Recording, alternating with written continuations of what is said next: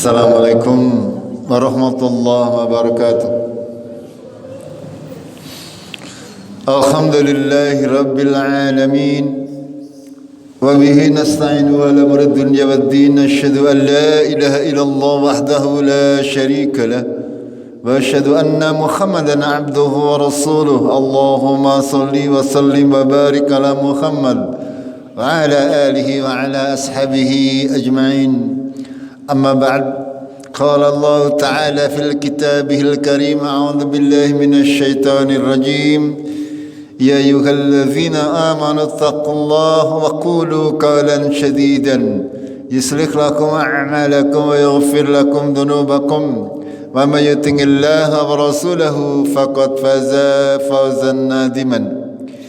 Jemaah Maghrib rahimakumullah, pertama-tama marilah kita senantiasa memanjatkan syukur kita kepada Allah tabarak wa taala atas segala nikmat dan karunia-Nya yang sudah diberikan kepada kita semuanya sehingga kita masih istiqomah di dalam menjalankan seluruh rangkaian ibadah kita, seluruh kehidupan kita yang insyaAllah akan bernilai ibadah.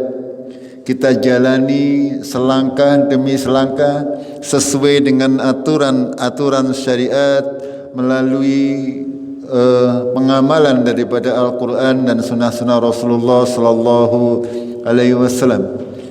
Jemaah rahimakumullah, pada hakikatnya kenapa kita harus senantiasa menimba ilmu untuk urusan syariat ini, ya. Pada intinya semua ilmu nanti akan mendukung pemahaman kita terkait syariat agama Allah. Karena memang Allah sudah menunjukkan kepada kita jalan-jalan yang terang benderang. Terang benderang agar kita bisa selamat fid dunya wal akhirah. Asal kita menjalankan perintah Allah dan menjauhi larangan Allah, melakukan semua aktivitas kehidupan kita sesuai dengan arahan dari Allah dan Rasulnya, kita akan selamat fid dunya wal akhirah. Ya, kita sudah mempelajari, mudah-mudahan semuanya sudah memahami terkait syariat-syariat pokok dalam ajaran agama kita, ya. Dari mulai rukun Islam yang 5 yang utama itu semestinya kita sudah memahami dengan benar bagaimana kaifiatnya, bagaimana tata caranya, bagaimana hukum-hukumnya, itu semestinya kita sudah bisa memahaminya. Akan tetapi apakah kita cukup hanya dengan memahami tata cara sholat misalnya, bagaimana kita tata menghafalkan bacaan Al-Quran, itu semuanya tidak cukup, ya. Karena itu semuanya harus didukung dengan ilmu yang mapan. Karena ilmu yang mapan, ilmu yang mendalam akan membuat kita semakin benar di dalam menjalankan ibadah kita. Ya, orang kalau patokannya hanya hafalan misalnya dalam membaca Al-Quran ataupun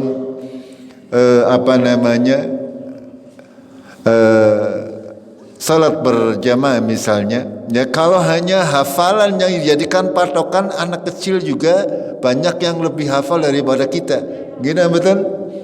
Ya, anak kecil juga banyak yang hafalannya lebih bagus daripada kita. Akan tetapi sekali lagi bahwasanya hikmah ataupun pemahaman tentang bacaan, pemahaman tentang hakikat segala sesuatu itu yang membedakan di antara kita. Siapa di antara kita yang paling bertakwa kepada Allah tabaraka wa taala.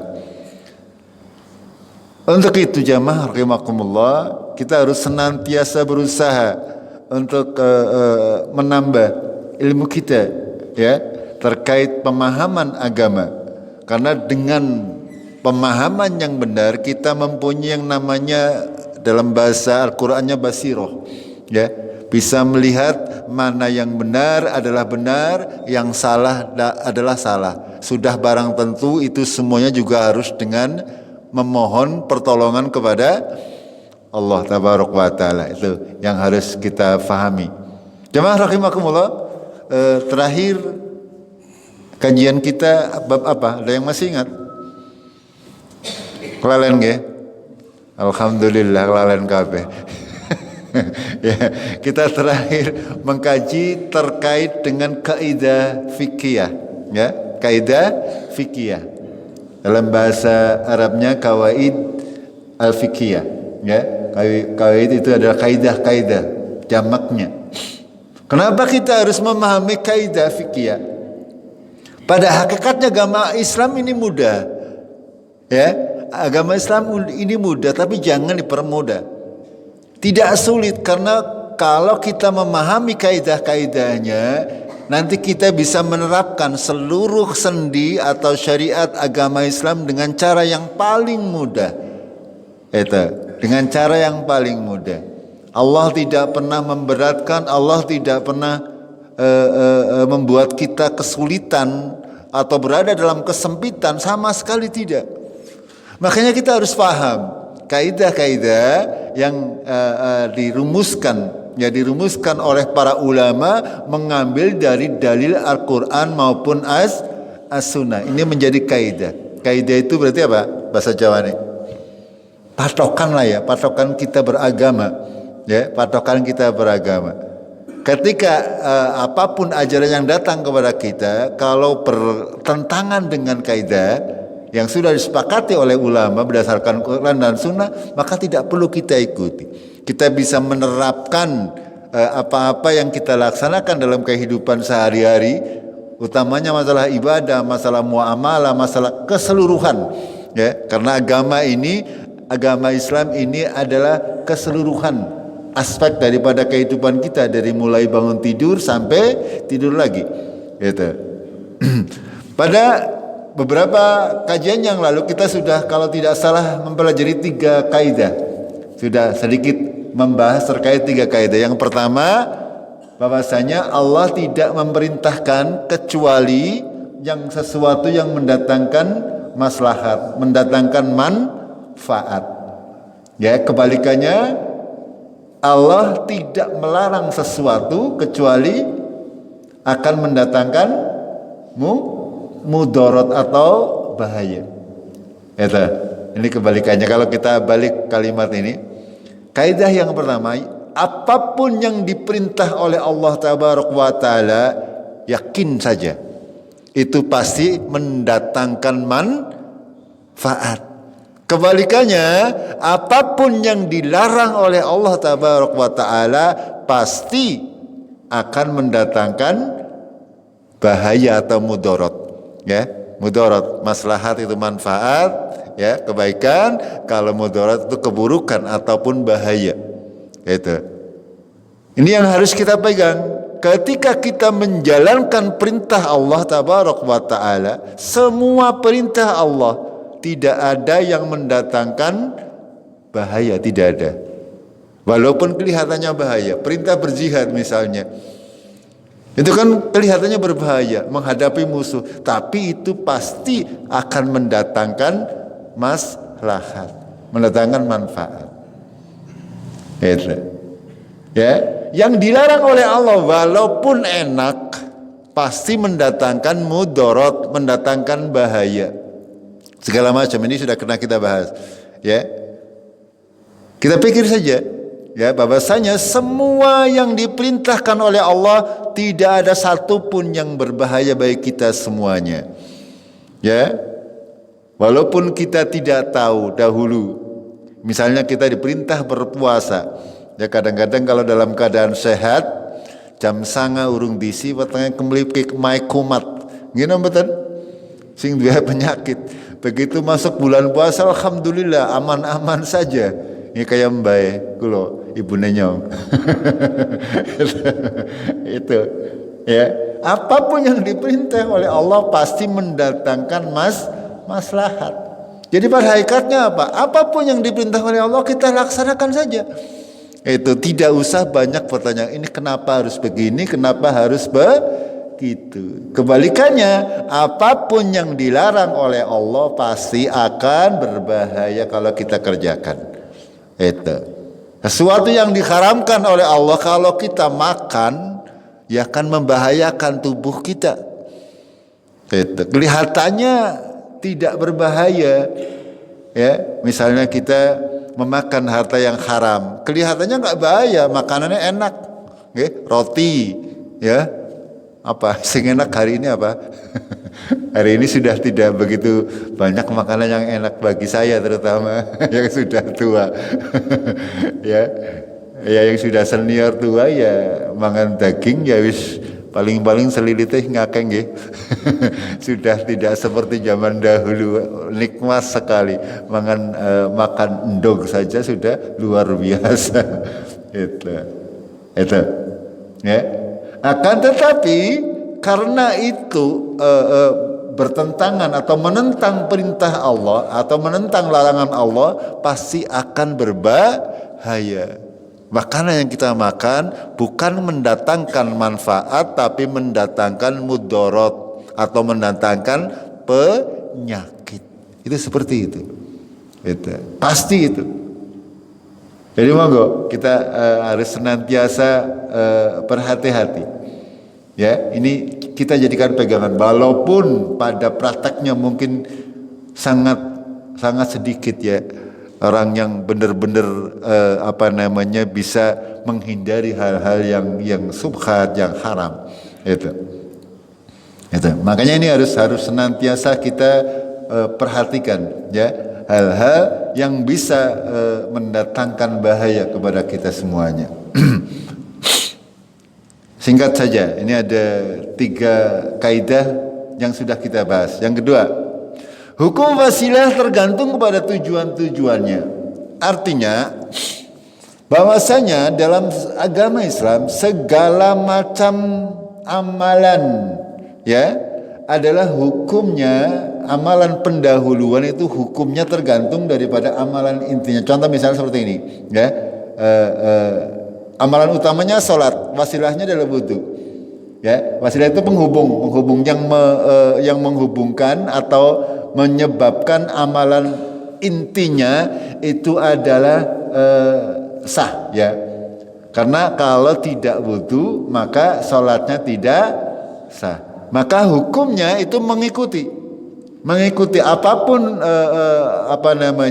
hukum amalan-amalan atau sesuatu yang menghubungkan dengan sesuatu yang lain ya, itu adalah hukumnya sama, tergantung daripada tujuan-tujuannya.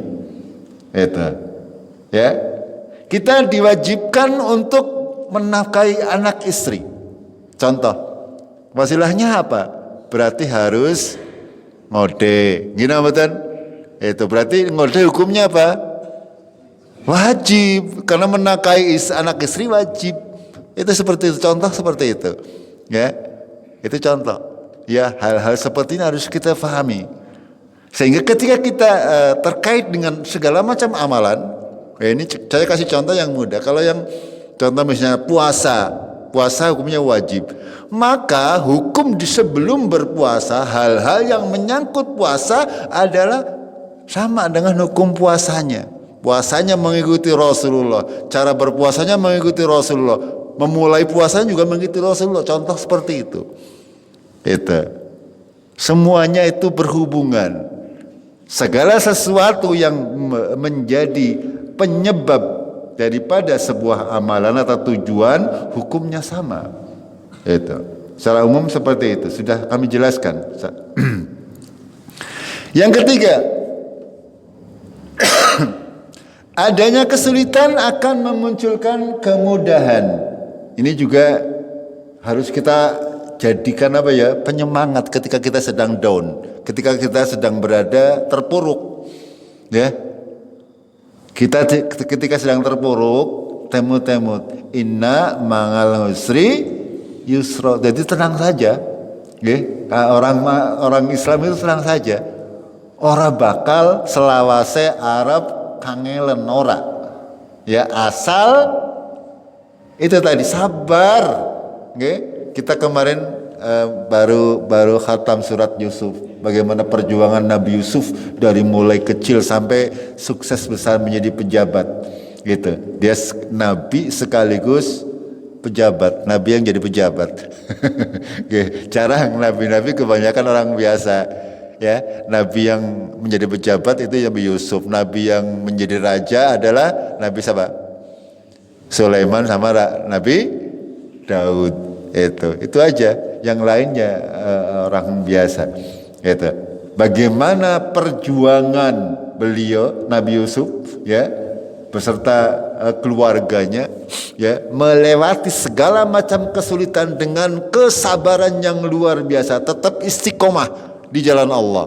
Bahkan ketika ada godaan-godaan yang sangat luar biasa, Nabi Yusuf tetap istiqomah, tidak bergeming, sehingga beliau akan mendapati di akhir kehidupannya, ya, atau di akhir proses kehidupannya berhasil, baik dari segi materi, baik dari segi agama, baik dari segi kedudukan dan sebagainya. Sudah barang tentu ini merupakan contoh, ya, bagi kita, penyemangat bagi kita. Masing-masing orang punya jalannya sendiri, ya. Kesuksesan panjenengan mungkin berbeda dengan kesuksesan saya, ya, dengan Nabi Yusuf, dengan Nabi Daud, Nabi Sulaiman, berbeda, sangat berbeda, ya. Ya, kalau kita orang petani, suksesnya ngerpanene berhasil misalnya. Itu, ya, tukang bata, ya, suksesnya ngerobonge apik terus gelis payu. Itu seperti itu, ya, berbeda-beda, ya. Sekali lagi, ya, segala macam kesulitan pasti akan mendatangkan kemudahan, ya. Kita hidup di dunia sebagai seorang muslim yang tunduk pada aturan agama Allah. Kehidupan kita memang sudah dibeli oleh Allah, ya, ditukar dengan surga. Makanya tidak bebas seperti orang kafir, ya. Panjenengan harus sholat, harus puasa, tidak boleh ini, tidak boleh itu. Kenapa? Dibeli oleh Allah. Semuanya mengandung kesulitan dan membutuhkan kesabaran, gitu. Ya, orang sholat itu walaupun sepele, itu sulitnya luar biasa menjaga sholat kita, ya, luar biasa. Kalau kita tidak sabar, ya, kalau kita tidak benar-benar teguh istiqomah, itu akan bisa hilang dari kehidupan kita. Itu. Tapi ini semuanya sekali lagi akan mendatangkan kemudahan di kelak kemudian hari, gitu. Ya, juga sebagai pemacu bagi diri kita, ya, bagi diri kita, bahwasanya segala sesuatu itu harus kita perjuangkan. Ya, rezeki tidak datang ke rumah, tapi panjenengan yang cari rezeki, ya, harus dijemput keluar dengan senantiasa berusaha untuk mendekatkan diri kepada Allah Tabaraka wa Ta'ala. Pas waktunya untuk beribadah, ya, panjenengan beribadah, gitu. Pas waktunya bekerja silakan, ya. Tapi ketika saatnya beribadah, usahakan kembali.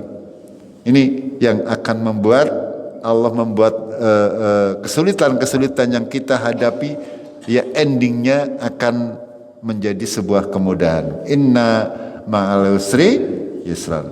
Gitu. Jamaah rahimakumullah, kita lanjut yang keempat. Melaksanakan kewajiban adalah tergantung daripada kemampuan, ya. Dasar ayatnya mungkin sudah panjenengan hafal. La yukallifullahu nafsan illa wus'aha. Allah tidaklah membebani seseorang kecuali sesuai dengan kesanggupannya. Jamaah rahimakumullah, ya. Kita harus memahami bahwasanya Allah Tabaraka wa Ta'ala sebagai pencipta kita sangat-sangat memahami Ya, sangat-sangat memahami batas daripada kemampuan kita semuanya. Makanya dalam syariat agama Allah, Allah tidak pernah membebani sesuatu yang berlebih. Ya, yang diwajibkan kepada kita adalah yang pasti kita mampu. Makanya kalau sudah diwajibkan itu pasti semuanya mampu, tidak boleh beralasan tidak mampu. Kalaupun tidak mampu, pasti akan ada penggantinya, amalan-amalan penggantinya. Ya, itu yang paling mudah contohnya sholat saja. Ya panjenengan, ya yang masih gagah ya sholat seperti biasa. Yang sudah sedikit loyo ya boleh sambil duduk ataupun tiduran, ataupun hanya dengan menggerakkan anggota badan. Gitu. Kalau mungkin sholat mukim ya itu sholat dengan benar, tapi kalau di dalam perjalanan itu juga Allah sudah memberikan kemudahan-kemudahan dalam segala macam ibadah. Begitu juga dengan ibadah-ibadah yang lain ya.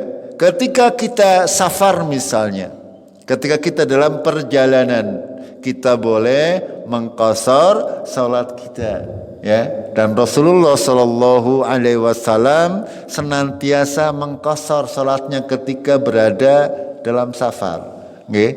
Kalau kita kaum muslimin kadang-kadang eman-eman, jadi nggak patang rakaat orang marem ya. Padahal Rasulullah Shallallahu Alaihi Wasallam ya senantiasa ketika safar beliau tidak pernah sholat duhur, sholat asar 4 rakaat tidak pernah, pasti 2 rakaat. Ya panjenengan kalau ke Jakarta atau kemana ya seperti itu ya. Kecuali yang Jakarta mukim ngode nggak boleh sampai sana sudah mukim lagi, pulang ke sini ya mukim lagi ya, kecuali dalam perjalanannya. Tapi kalau memang tujuannya safar, artinya berkunjung 2-3 hari, itu silakan untuk sholatnya dikosor saja. Itu dalam rangka mengikuti contoh dari Rasulullah Shallallahu Alaihi Wasallam. Itu ya. Kadang-kadang kalau saya dengan teman-teman itu kadang-kadang ada yang nggak mau nyomong dikosor lah, orang marem pengennya papat baik. Itu padahal Allah itu memberikan rukhsah atau keringanan kepada kita, dan Allah sangat suka kalau rukhsah tersebut diambil. Itu artinya kita taat kepada Allah ya.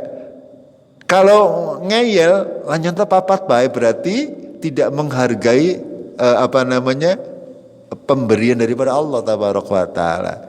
Ya bisa juga diartikan dia menjadi orang sombong karena tidak orang gelem dewe nyomong lah, dewe keringanan nyong masih sanggup, gampangnya seperti. Padahal Allah lebih tahu. Ini ya monggo ini untuk bisa kita jadikan pegangan ya, bahwasanya pelaksanaan kewajiban itu terkait dengan kemampuan ya, semuanya. Ketika seseorang yang kerjanya supir misalnya di jalan itu jarak jauh, boleh setiap hari mengqasar salatnya, tidak apa-apa. Itu boleh-boleh saja. Itu ya. Enggak masalah wong dia memang senantiasa berada di jalan. Ya.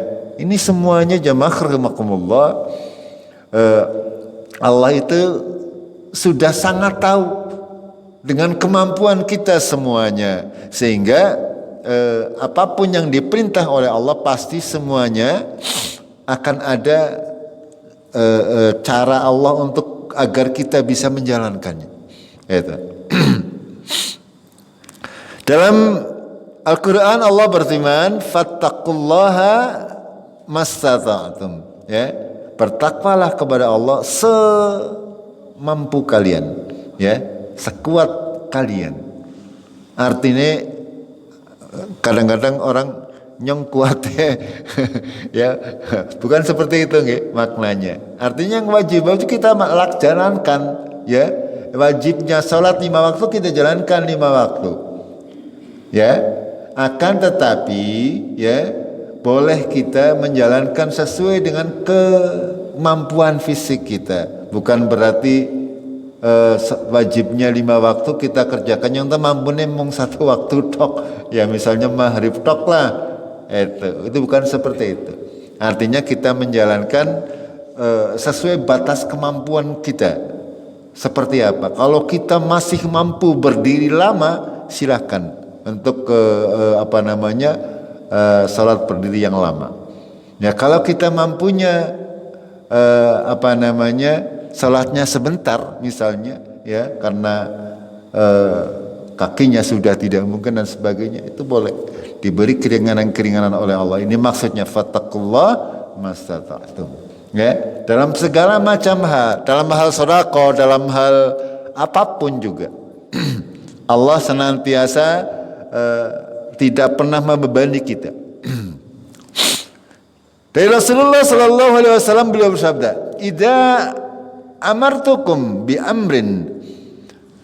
amri fa'tu minhu mastata'tum." Ketika aku memerintahkan ya kepada kalian kaum muslimin ya dengan sebuah perintah, maka kerjakanlah sesuai dengan kemampuan kalian. Jangan seperti Bani Israel ya. Ketika diberi perintah oleh Nabi Musa, mereka senantiasa ngenyang ya, atau bahkan menambah-nambah sendiri. Ketika Rasulullah SAW memerintahkan segala sesuatu, kita kerjakan sesuai dengan perintah beliau. Jangan ditambah-tambahi. Jangan ditambah-tambahi. Mengkomong-kone malah ora kuat. Ya. Kita masih ingat sejarah tentang salat tarawih. Ya, kenapa Rasulullah Shallallahu Alaihi Wasallam ya tidak melaksanakan sholat tarawih di masjid secara 1 bulan penuh, takut diwajibkan ya. Makanya ketika ada yang bertanya kepada Rasulullah terkait ibadah ya, terkait sholat tarawih misalnya, beliau menjawabnya, kerjakan sesuai dengan apa yang kamu mampu ya. Ya, kalau pada waktu itu misalnya Rasulullah senantiasa menjalankan sholat tarawih di masjid dan diwajibkan, itu akan sangat memberatkan kita. Gimana betul? Akan semakin akeh dosane maksudnya. Sing sedela bae ya jamaahnya tidak akeh, apa maning sing mandan suwe. Kalau itu diwajibkan, dan alhamdulillah itu tidak diwajibkan kepada kita. Walaupun pada hakikatnya kita tidak diwajibkan, akan tapi sekali lagi perhatikan, fattaqullaha mastata'tum, angger lagi sehat waras berdigas ya usahakan jangan ketinggalan. Itu seperti itu.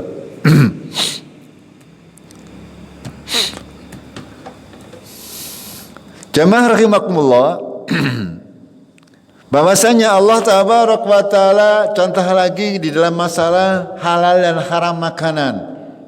Ya. Ketika memang pada beberapa ayat yang lalu kami sampaikan bahwasanya dalam kaidah yang lain yang penting juga yang harus kita pahami, bahwasanya menghindari mudarat itu lebih didahulukan daripada mendatangkan manfaat. Gitu, ya. Termasuk di dalam hal makanan. Misalnya di sini, misalnya kita dalam keadaan kelaparan, anane sesuatu yang diharamkan, maka agama Islam, Allah tabaraka wa taala memberikan keringanan. Ya, keringanan hanya pada saat itu. Dalam surat Al-Maidah Allah berfirman, "Famanitturra fi makhmasatin ghairi mutajanifin lil ism fa innallaha ghafurur rahim." Barang siapa yang kelaparan ya tanpa sengaja membuat dosa, maka boleh makan daging babi, boleh makan bangkai, boleh makan daging kucing misalnya. Agar tegap. Tapi kalau memang kelaparan itu wajib, ya. Kalau panjenengan kalau tidak makan mati anane mung kucing misalnya, ya harus dimakan. Angger nyong tamong lah ya mending mati malah dosa, salah. Ya, itu seperti itu. Tapi ini sekali lagi dalam keadaan darurat, ya, dalam keadaan-keadaan tertentu.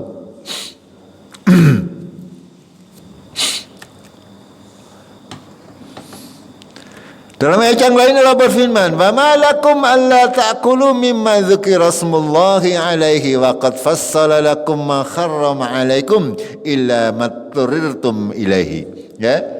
Kenapa kamu tidak mau memakan apa-apa yang disembelih atas nama Allah atasnya? Dan sungguh kami sudah jelaskan apa-apa yang diharamkan atas kalian, kecuali apa-apa yang kamu terpaksa memakannya. Itu seperti itu, ya. Jamaah rahimakumullah. Agama Islam, syariat agama Allah, agama yang sangat-sangat sempurna, sehingga segala macam aspek itu diperhatikan oleh Allah. Ya, kalau kita mau berpikir, ya bagaimana ada misalnya manusia yang menciptakan Al-Quran, tidak mungkin manusia bisa berpikiran sedetil ini, tidak mungkin. Hanya Allah yang maha segalanya yang mampu untuk menciptakan Al-Quran. Makanya dalam Al-Quran Allah menantang kita semuanya, ya, manusia dan bangsa jin berkumpul untuk membuat yang semisal dengan Al-Quran, tidak akan mungkin bisa.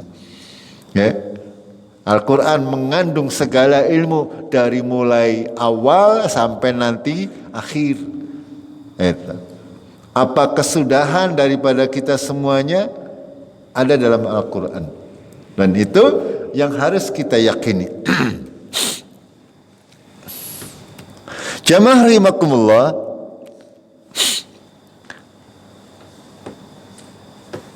dalam ayat yang lain Allah berfirman, "Laisa 'alal a'ma kharajun wala 'alal 'araji kharajun wala 'alal maridi kharaj." Bahwasanya tidak ada halangan bagi orang yang buta dan tidak pula orang yang pincang dan tidak pula orang yang sakit. Ini terkait dengan jihad, ya, perintah ini, ya. Tidak berdosa kalau memang dia tidak mampu untuk menjalankan segala macam perintah, baik haji, ya, panjenengan, ya, yang sudah mampu ya wajib, yang belum mampu ya tidak wajib. Sing mampu tapi ngantrinya suwe mati disit misalnya, ya, itu juga sudah gugur. Yang penting sudah ada keniatannya. Jamaah rahimakumullah, segala macam uzur yang diberikan oleh Allah Tabaraka wa Ta'ala terkait pelaksanaan kewajiban adalah terkait dengan sekali lagi, agama Islam tidak pernah membuat umatnya sengsara. Ya, umatnya sengsara. Kadang-kadang yang membuat orang itu sengsara, kesulitan itu karena perkara yang dibuat-buat. Nggih, kenapa tadi? Itu. Kadang misalnya orang sudah mati, ya, kuburannya diapik-apiki, ya, digawe bangunan megah. Padahal duitnya utang misalnya. misalnya kan hal-hal yang mubazir. Gimana betul? Kenapa ragu tuku beras sih? Hal itu mubazir dan nyesek. Saya pengalaman, saya dulu sekolah SMP itu di Purwokerto SMP 2, depannya kuburan. Dari zaman dahulu sampai sekarang masih ada, karena semuanya dibangun bagus-bagus. Artinya sudah tidak bisa untuk ngubur orang lagi. Itu padahal, ya, tanah kalau itu dimanfaatkan untuk hal-hal yang lebih baik, misalnya kalau hanya sebatas untuk kuburan, itu akan lebih berfaedah. Kenapa demikian? Karena orang itu mengada-ada sendiri, membuat repot sendiri, ya. Sehingga akan terbebani kita dengan beban-beban dunia yang sedemikian semakin banyak. Sehingga artinya apa? Akhirnya apa? Sibuk dengan urusan dunia, nambel sana nambel sini, akhirnya akhiratnya sing itu seperti itu. Ya, monggo ini kita jadikan acuan, ya, agar supaya kita senantiasa ingat bahwasanya segala macam kehidupan dunia sangat-sangat menipu. Ketika kita sudah nyebur dengan terlalu banyak urusan dunia, akhirnya akan datang semuanya. Akhirnya akhiratnya menjadi terbengkalai. Itu seperti itu. Jamaah rahimakumullah, ya, dalam sebuah hadis terkait amar ma'ruf, ya, ini juga sering kita sampaikan. Man ra'a minkum munkar falyughayyirhu biyadihi fa illam yastati fa bilisanihi fa illam yastati fa biqalbihi wa dzalika al-aful iman. Ya, terkait pelaksanaan kewajiban terkait dengan kemampuan. Barang siapa di antara kalian melihat kemungkaran, maka yang wajib yang pertama yang mempunyai kemampuan adalah dia merubah dengan tangannya. Ya, ketika ada kemungkaran di depan mata kita, wajib bagi yang mampu untuk merubahnya. Contoh dalam yang mudah saja, ya, kalau contoh dalam keluarga, anak-anak kita, istri kita menjadi tanggung jawab kita. Suami wajib karena dia sanggup, mampu, diberi kekuasaan oleh Allah untuk merubah kalau ada kemungkaran, kalau ada, ya, misalnya anak kita tidak sholat, boleh kita menghukumnya, itu harus itu. Kalau tidak, kita berdosa. Akan tapi kalau yang tidak sholat tanggane, beda lagi urusannya panjenengan. Ya, tidak wajib untuk menjiwit, untuk menghukum dan sebagainya, tidak wajib, ya, karena tidak punya kemampuan, ya. Paling yang kedua, ya, yaitu dengan kalau tidak dengan kekuatannya, maka dengan lisannya, yaitu menasehati. Itu.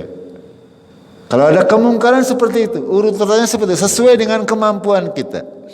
Sekali lagi, ya, kalau ini kita terapkan dalam kehidupan kita, insya Allah, ya, kita semuanya berada dalam lingkungan dimanapun juga kita berada kondusif.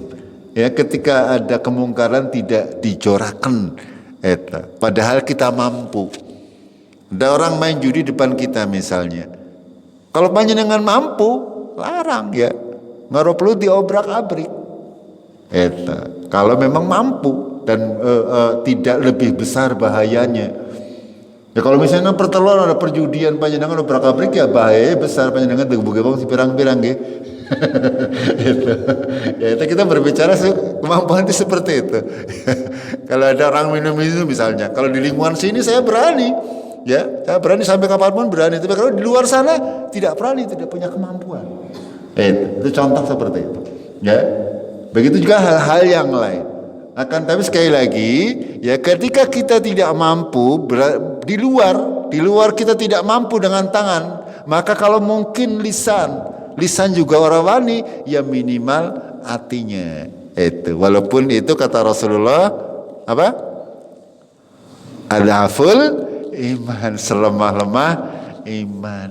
Ya, ada orang melakukan bid'ah, ya, kemungkaran yang sangat banyak, kau panjenengan atine melu seneng, melu berarti ini imannya dilakukan. Ya minimal hatinya masih menolak, itu berarti masih punya iman, walaupun Arab ngelarang orang tayang, Arab ngomong wedi. Gila betul. Ya meneng tapi hatinya minimal hatinya menolak, ya, aja malah melu ndereng. Misalnya saya ada efek, ya. Ada efek. Sejelas itu sebuah kemungkaran, ya, mengandung kesyirikan, mengandung perzinahan, ya, mengandung segala macam itu. Kalaupun kita tidak mampu untuk berubah dengan tangan kita, ya minimal artinya menolak, artinya orang melu-melu, orang merek. Itu seperti itu, ya, sesuai dengan kemampuan kita, ya. Terus terkait kemungkaran yang terjadi secara lebih luas lagi, itu sudah ada instansi terkait yang bertanggung jawab. Mereka yang diwajibkan, bukan kita. Gitu. Ketika ada sesuatu. Jamaah rahimahullah, itu kaidah yang keempat. Kita lanjutkan. Yang kelima, syariat itu berdiri di atas dua hal, yaitu ikhlas dan meneladani Rasulullah Sallallahu Alaihi Wasallam. Ya, dalam bahasa kaidah Arabnya, syariatu mulibatan ngalal aslain, ya. Syariat itu berdasarkan dua asal, ya, dua pokok permasalahan. Al-ikhlas lil ma'bud, ya, ikhlas dalam beribadah, wal muttaba'u li rasul, dan mengikuti Rasulullah Sallallahu Alaihi Wasallam. Ini yang harus senantiasa kita jadikan pegangan dalam beribadah, agar ibadah kita ini juga masuk menjadi syarat agar amalan-amalan kita diterima oleh Allah Tabaraka wa Ta'ala. Ya, ikhlas dan mengikuti contoh Rasulullah Sallallahu Alaihi Wasallam. Sepinter apapun manusia, tidak ada yang lebih tahu daripada Rasulullah Sallallahu Alaihi Wasallam dalam urusan agama. Ya, tidak boleh kita mengikuti selain Rasulullah dalam urusan agama. Itu. Karena kalau kita tidak mengikuti Rasulullah, pasti ditolak. Pasti tidak akan diterima oleh Allah Tabaraka wa Ta'ala, apapun alasannya. Itu. Ya, Allah sendiri sudah menjelaskan kepada kita, ya, bahwasanya tidaklah kita diperintah kecuali untuk mengikhlaskan dalam beribadah dan menjadi mukhlis dalam hal agama. Para ulama mengatakan bahwasanya yang namanya mukhlisin dalam agamanya, ya, dalam agama, mukhlis dalam agama itu adalah ikhlas dalam beramal dan senantiasa mengerjakan yang diperintah oleh Rasulullah, yang dicontohkan oleh Rasulullah. Kalau itu kita jalankan, itu baru kita bisa menjadi seorang mukhlis. Apapun ibadah kita, sebaik apapun ibadah kita, ya, kalau tidak ada unsur yang tidak tercapai, ikhlas dan mutaba'un ala Rasulillah, maka ibadah kita sia-sia. Gitu, ya. Jadi sekali lagi, ibadah itu berdiri di atas dua hal, yaitu ikhlas dan mutaba'un ala Rasul, mencontoh Rasulullah, mengikuti Rasulullah Sallallahu Alaihi Wasallam. Ya, ikhlas toh, tapi tidak mengikuti contoh, tidak mendapatkan pahala. Ya, kita mengikuti sunnah Rasulullah tapi tidak ikhlas, ya pada bain. Itu semuanya, dua-duanya harus terpenuhi, ya, syarat agar ibadah kita diterima oleh Allah Tabaraka wa Ta'ala. Yang pertama ikhlas, yang kedua mengikuti contoh dalam segala macam hal. Ya, dalam segala macam, bukan hanya perkara ibadah, akan tetapi dalam segala macam hal. Kadang-kadang kita dalam urusan muamalah, ya, mengesampingkan hukum agama, ya, mengesampingkan hukum agama. Bahkan ketika diberitahu tentang aturan agama, mereka menolak, ya, tidak mau mengikuti aturan agama. Itu semuanya menjadi batal, ya. Ya, misalnya terkait hukum waris, ya, ada orang membagi warisan sesuai dengan perhitungannya sendiri, tidak mengikuti hukum syariat Allah, itu batal semuanya, ya. Batal semuanya. Artinya ada hal-hal yang mengandung dosa. Itu. Solusinya bagaimana? Ya, panjenengan bagi sesuai dengan ketentuan Allah dan Rasulnya. Selebihnya ketika ada kesepakatan, ya, ketika sudah dibagi, ya tidak masalah. Ya, misalnya, ya, yang laki-laki dapat 2 bagian, perempuan dapat 1 bagian, dijalankan terlebih dahulu. Perkara nanti kaum laki-laki mau menyedekahkan kepada yang perempuan itu setelah dibagikan secara aturan syariat. Itu. Tapi orang sekarang banyak yang ngeyelnya. Dan kalau ngeyel dengan kesadaran itu jelas bertentangan dengan hukum Allah, dan itu tertolak dan akan berakibat ya dunia dan akhirat. Itu seperti itu. Ya. Jamaah rahimakumullah, begitu juga dengan misalnya terkait pernikahan ya, terkait pernikahan, terkait talak, terkait rujuk, semuanya ada aturan. Harus mengikuti Al-Quran, harus ikhlas, dan juga harus mengikuti contoh dari Rasulullah Sallallahu Alaihi Wasallam. Ya, seorang yang ditinggal, misalnya perempuan ditinggal mati suaminya, ya harus iddah 4 bulan 10 hari. Kalau bercerai biasa iddahnya berapa?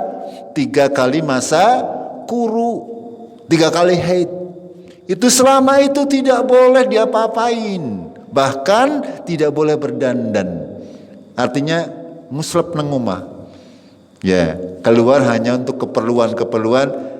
Memang seperti itu, aturannya seperti itu. Allah mengatur seperti itu. Apalagi kadang ada yang apa namanya, saking tidak tahunya atau saking tidak mau bertanya sehingga diterak itu semuanya. Eta ya. Ini semuanya mengandung apa ya? Mengandung bahaya bagi kita semuanya.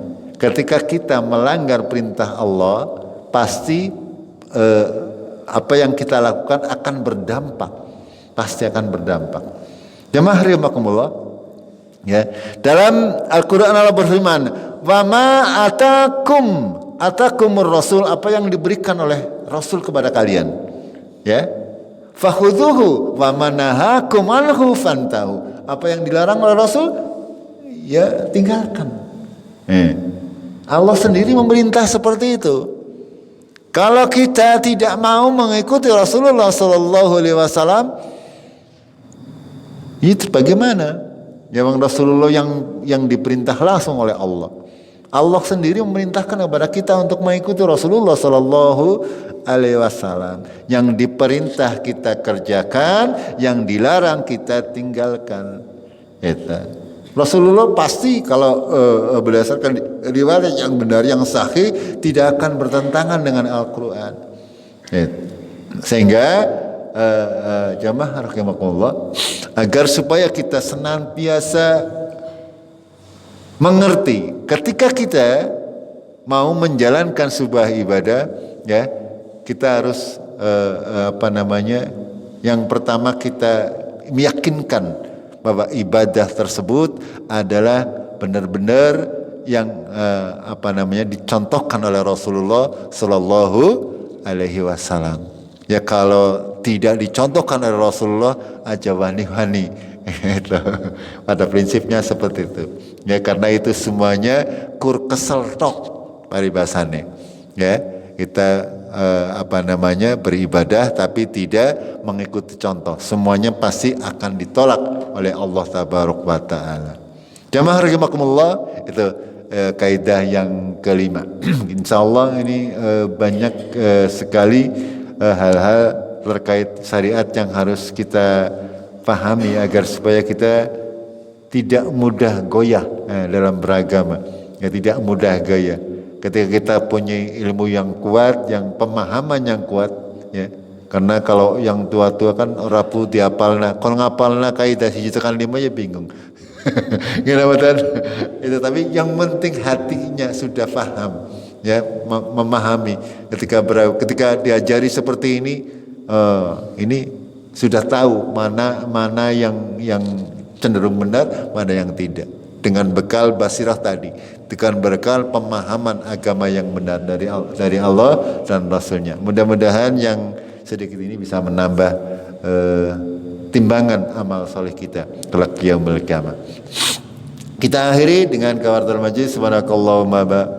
Subhanakallahumma bihamdika astaghfiruka wa atubu ilaik. Billahi taufiq wal hidayah. Assalamualaikum warahmatullahi wabarakatuh.